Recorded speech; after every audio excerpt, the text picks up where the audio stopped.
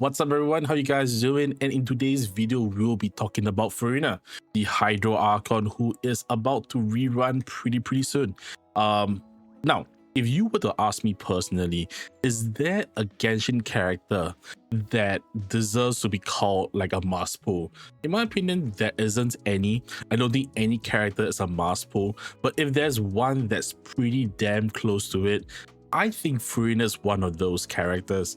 So in today's video, we're talking about her rerun. Should you pull for her if you do not have her as a new or returning player?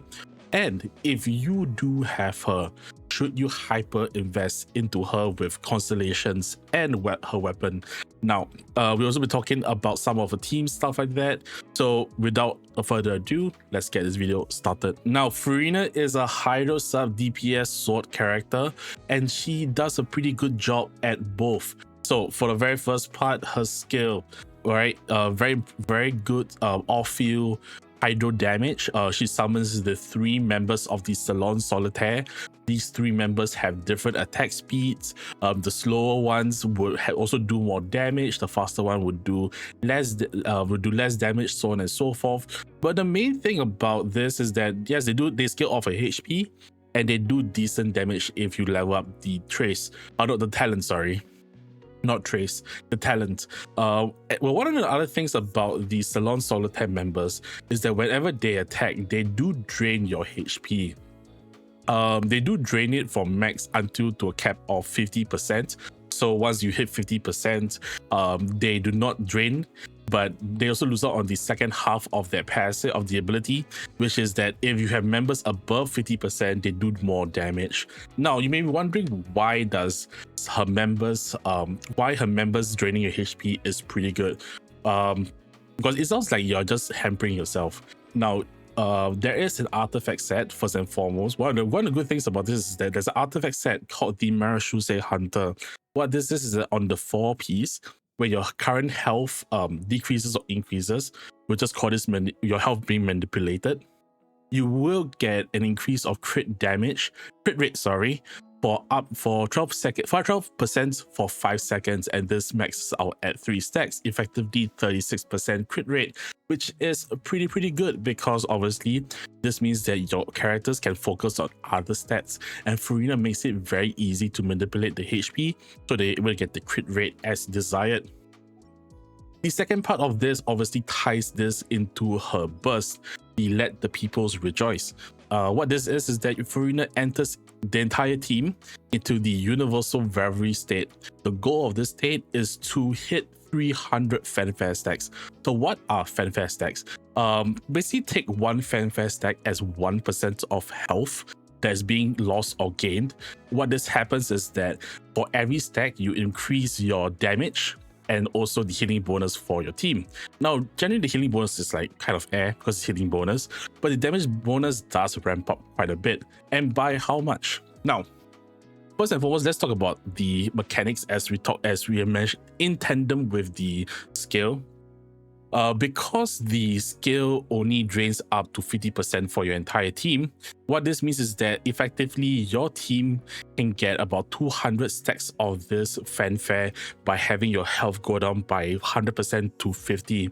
But where do the other 100 stacks come from? And of course, you can probably guess by now, the other 100 stacks comes from healing. And this is why Furina is great, because Furina not only has very insane buffs and sub DPS potential, but she also brings healers into the meta. Now, when Furina was released in 4.2, healers weren't seen in good light if you weren't a character like Bennett or a character like Cookie Shinobu for Hyperbloom teams. But now we see that Furina is able to bring more healers into the game just because of this ability requiring a healer.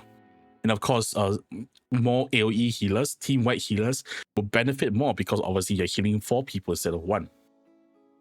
So, and what is the benefit of this? At max stacks, you get 75% damage bonus, which is a lot. Even up to this day is one of the single most instance of universal damage bonus. Everyone remember the damage bonus is very universal for most teams, because like for example Bennett, he buffs attacks and that's pretty good, but not all characters scale with attack.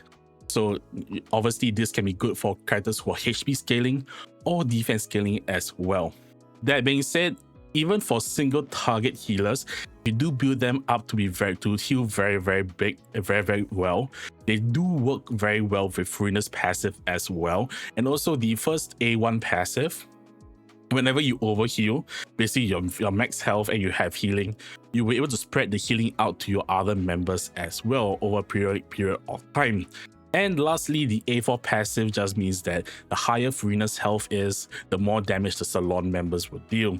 And also the other form, the Singers of Many Waters, do heal much more as well. But generally, you would probably be using Furina more in her Usia form instead of her Numa form. This is mostly for exploration, for not being a healer. You're able to use this form for like healing whenever you defeat your enemies in the overworld. And so Furina is a pretty good character, as you can see, right? A lot of buffs, and the buffs, as I mentioned, are very universal. Now, obviously, it doesn't work with every team. For those of you who do not know, there are reactions called transformative reactions. These are your swirls, your electro charge, your hyper blooms, your burgeons. They don't really benefit because they work off EM instead. So one of the few teams that probably would not work out would probably be like a Nilou team, right? Because Nilou would not be able. Nilou doesn't gain the benefits of the multiple calls from Nilou doesn't gain the benefits from the damage bonus. All they want is the EM. That being said, for teams like a Quick Bloom team, for example, Alhaitham, Quick Bloom, or you have Sino or even Chlorant, while you do not increase the damage of the Hyper Bloom procs in those teams, that means Cookie Shinobu on that team will not you're not able to you're not able to boost the Hyper Bloom procs that Cookie Shinobu does. But in a team like Alhaitham, for example, having Furina in that team would definitely increase his own personal damage from his spread reactions. And so that's one thing you should also consider as well. Doesn't mean that because you don't get the benefits from a Cookie Shinobu skill, but you were able to get bigger damage numbers from Alhaitham himself.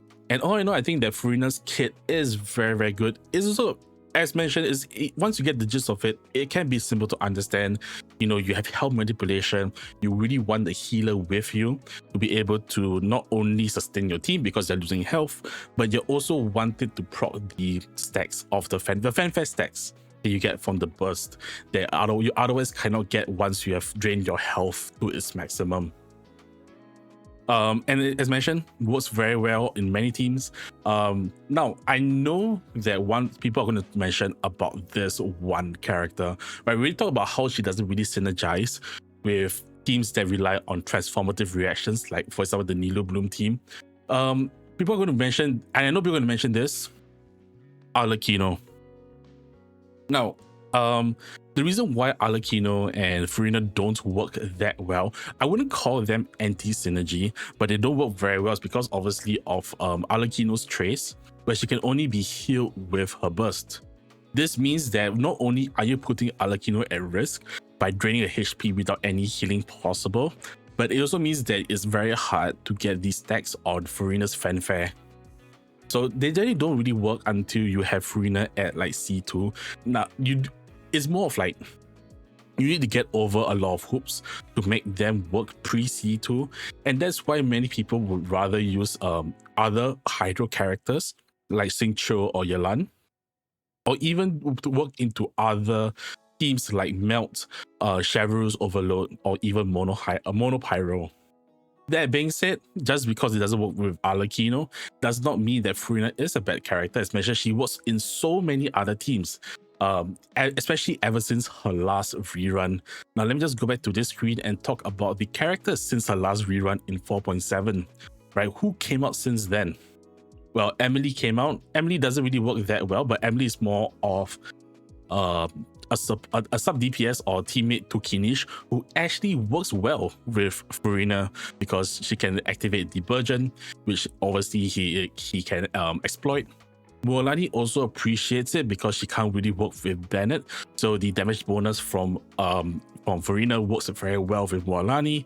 Shilonen actually works really well. Some people say they compete for the same space, but they can also be played together because Shilonen does have healing in her kit, and while it's single target, it is a pretty good amount of healing, and yeah, it definitely helps with stacking up the procs as well. Auron works well because of Electro Charge.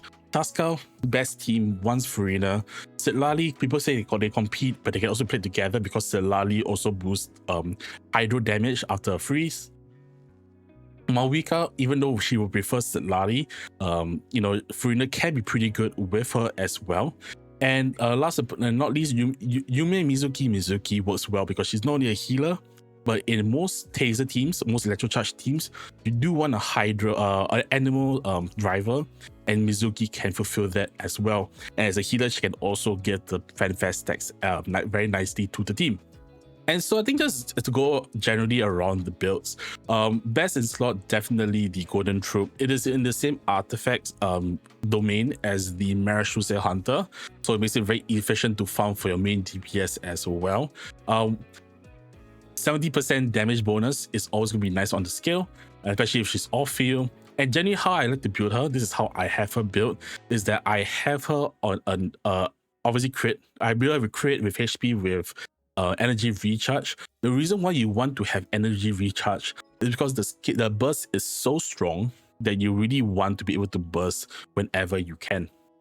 So generally, this is where like your artifacts and also your weapon considerations come in. Crit circlet as mentioned earlier, and then for the goblet I tend to go HP because you get so much damage bonus. It's nice to balance it out with some HP, although if you pull for C2 onwards, hydro damage will be much better because spoiler alert, C2 gives her so much health that you want to switch to a hydro goblet.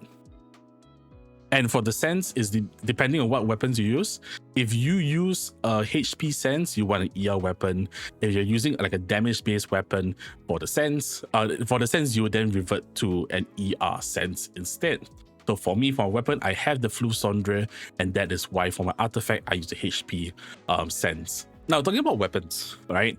Generally, as mentioned, you should just play into the previous team I talked about, right? That you should have enough ER. So if you have an ER sense, you can obviously go with more DPS orientated weapons. For example, like the crit weapons, like your Jade Cutter, like her best in slot, right? Which is the Splendor of Tranquil Waters. The Uraku Misugiri is also pretty good if you're using Shilonen. That being said, other ER alternatives can be the Festering Desire if you've played Genshin for a very long time, or even the Favonius Assault. Wouldn't really recommend Sacrificial because the casting of her skill does not give her particles. It's only when the Salon members attack that they generate particles. So proccing this twice doesn't really matter, and you would rather go with a Favonius instead. So yeah, generally very, very nice options for Furina all around. If you don't really want to pull for weapons, or you don't have like a lot of Favonias, fish for the pipe. Fish for the Flu Sondre Ferryman. Trust me, the crit rate that you can get on the skill, and also the energy recharge for 5 seconds, can be very, very nice to make up for some of the differences. Now here are my stats for Furina. 74% crit rate, 172% crit damage, and 163, which some people say is very low for single hydro teams, which is fair, right? However, it also depends on whether you have Favonius sword characters in your team. Like I have Shilonen with the Favonius, Bennett sometimes I run with Favonius, so that will be pretty nice as well. So yeah, generally this also depends. If you're playing double hydro with Neurolet, for example, then you wouldn't need that much ER, or even Raiden Shogun as well, because Raiden Shogun does help refund the energy to your team. So generally, just as a build note, have enough ER for the burst every rotation, and then you can start focusing on your DPS stats. So that's where you make the decision of whether you want to run an ER weapon with HP sense or DPS weapon with ER sense. Now, her constellations are also really busted. So this is for the players who really want to hyper invest into your Furina. What should you go for? In general, all her constellations work very well. C1 basically increases your initial fanfare to 150 and increases your max to 400, effectively 100% damage bonus. C2 basically increases the rate by 250%, and any excess fanfare stacks becomes part of a HP. So for those of you who have seen like 100k Furinas, this is the constellation that allows it. C4 actually reduces energy, which means that you can be more free to use like her signature weapon, which I think I should mention right now. I would not recommend signature weapon on Furina. You would rather go for the constellations before the signature weapon, because there are much better options and you really want the ER for her. Unless you have it C4 and beyond. C6 main DPS Furina, Hydro Infusion, a lot of damage. You get, this is the part you make use of the Usia form, which is the healing form, just to deal more damage. But yeah, generally, as mentioned, Furina should go for constellations first if you really want to hyper invest. I wouldn't go for weapons. In fact, I would say go for other weapons instead, like the key, which is Nilu's signature instead.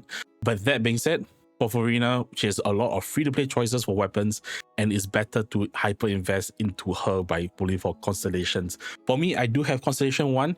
It's also because I think Furina is one of the best characters in Genshin Impact. As for like based on the story, I do like Furina, and so that is why I showed her a little bit of love, because you know C1, but you know C1 is pretty good anyways, right? So all in all, right, going back to the point, should you pull for Furina? It really depends on what teams you are playing, but generally, right, for most players, you will really see a lot of benefit from having Furina. But with all of the positives that I've talked about her, are there any negatives? Well, there are 100%. First and foremost, her salon members are pretty erratic, which means that they do not attack consistently like Xingqiu or Yalan, which means that the Hydro application not only is it much slower, it can also be less consistent, right? And so for playing her solo Hydro with many Pyro DPSs, like Hu Tao for example, you do lose out on some vapes, and that will kind of force you into playing double Hydro, which is way better for her anyways. But yeah, if you really want consistent Hydro application, she's not really the character for you. So, but if you do value the damage bonus, then definitely she is a top choice nonetheless. And of course, another con, which is probably tied into the healer portion, right, is first and foremost, her teams tend to be a little bit more fragile, right? It's a high risk, high reward kind of team with Furina, because you have less HP, there's a higher chance of getting one shot, and she doesn't really synergize very well with shielders. So because obviously the shielders can't heal, right? You really want healers, and there's a big difference, especially at C0, between a team-wide healer and a single target healer like Bennett. Now, I think Bennett and like to a certain extent Kuki Shinobu are kind of like exceptions, because they do a lot of solo, they do buff other things. For example, Bennett gives an attack buff, Kuki Shinobu triggers Hyper Bloom, so the loss of healing is mitigated. But for characters like Diona, for example, Diona doesn't really do that well with Furina, so it's really important to see what kind of healer you have. Generally, team-wide healing, especially at C0, is much preferred. So if you have characters like Kokomi, Baiju, Jean, for example, they do very, very well. 4-stars that do decently as well are characters like Charlotte and Barbara as well, for some reason. I've seen people play C6 Dory, which I think is funny as hell, and even Mika as well, because Mika does have team-wide healing. So it's really, really interesting to see how players are able to take their rosters because of the healing options as well. But that also means that you have to fill out one slot with a healer. So that's something for players to actually consider as they build their team. And last but not least, we talk about teams now, all right? Furina, very, very good with most team comps that make use of damage bonus. She does very well in vape teams. Generally for vape, from Pyro DPSs, they do kind of want to have melt instead, because it's a forward melt, which means there's a higher multiplier than reverse vape.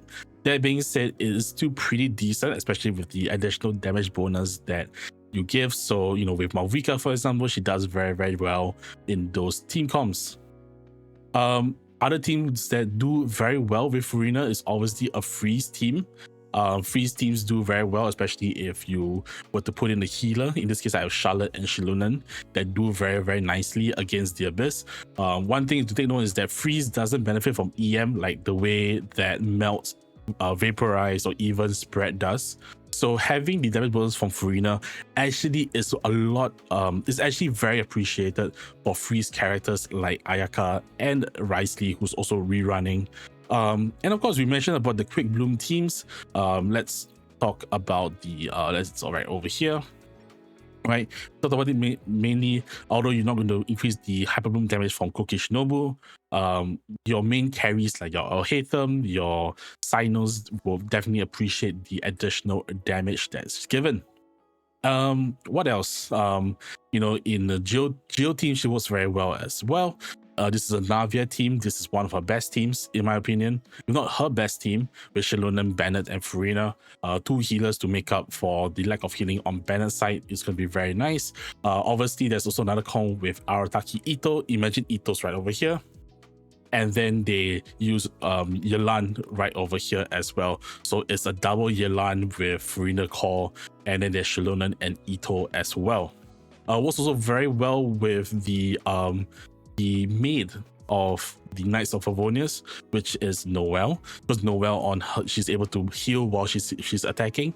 So it's going to be very nice in team comps, like for example this team with Agoro, for example. So yeah, definitely a lot of flexibility. She's also very good with main Hydro DPS. I don't have Neuvillette, but she was very, very well with Neuvillette over here. Because Neuvillette, double Hydro means that you get the higher resonance. It's going to increase HP and of course increase damage. Now there's always a debate whether C0 Neuvillette to go with Furina. I think that the damage bonus does make up for it in some ways, rather than going for all different elements and triggering 3 different elemental reactions. That being said, C1 Neuvillette 100% works the best with Furina if you do have a C1 Neuvillette. I use Ayato in this team, does very, very well. I had this in my last Abyss showcase, and yeah, definitely great. Although you don't get the additional damage from Taser, you do increase Ayato's personal damage as well. So generally, I think there are more, as I mentioned, there are more teams where Furina works in that she doesn't. One of those teams, as mentioned, is the Arlecchino team.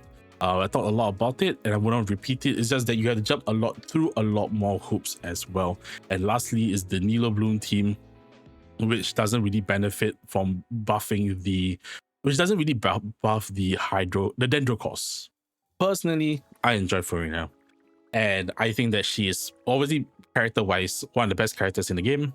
But I do like that she's able to not only buff her team, but as an Archon bring the other ordered characters back into the meta, whether it's the old DPSs that appreciate the increased damage that she gives, but also bring back healers. As mentioned, before 4.2, if you were not Bennett or Kokishinobu, if you're a healer, nobody really liked you, unless you're Toronto with Jean. And so in this case, she really did bring a lot of relevance back into healers. I would dare say that Xian Yun, who came out after Furina, would have been less would have been less crazy. People will pull for her less if Furina did not come out before her. And that's just the impact, Genshin impact, that that Furina brings to the entire meta, right? It's something that changed everything, right? Baiju, who was never bad, but was always overlooked, has now gone a lot of relevancy. Obviously, you get a lot of buzz from characters from Fontaine, like Neuvillette, Risley, Linny, and yeah, just a lot of like it is easier for me to point out who she doesn't work with, right? She works with Shao. She works, one of Shao's best teams includes her, sorry. Eula, if you do play physical, you will probably use Furina. Wu Tao uses Furina. Yeah, there's just so little characters that don't use Furina.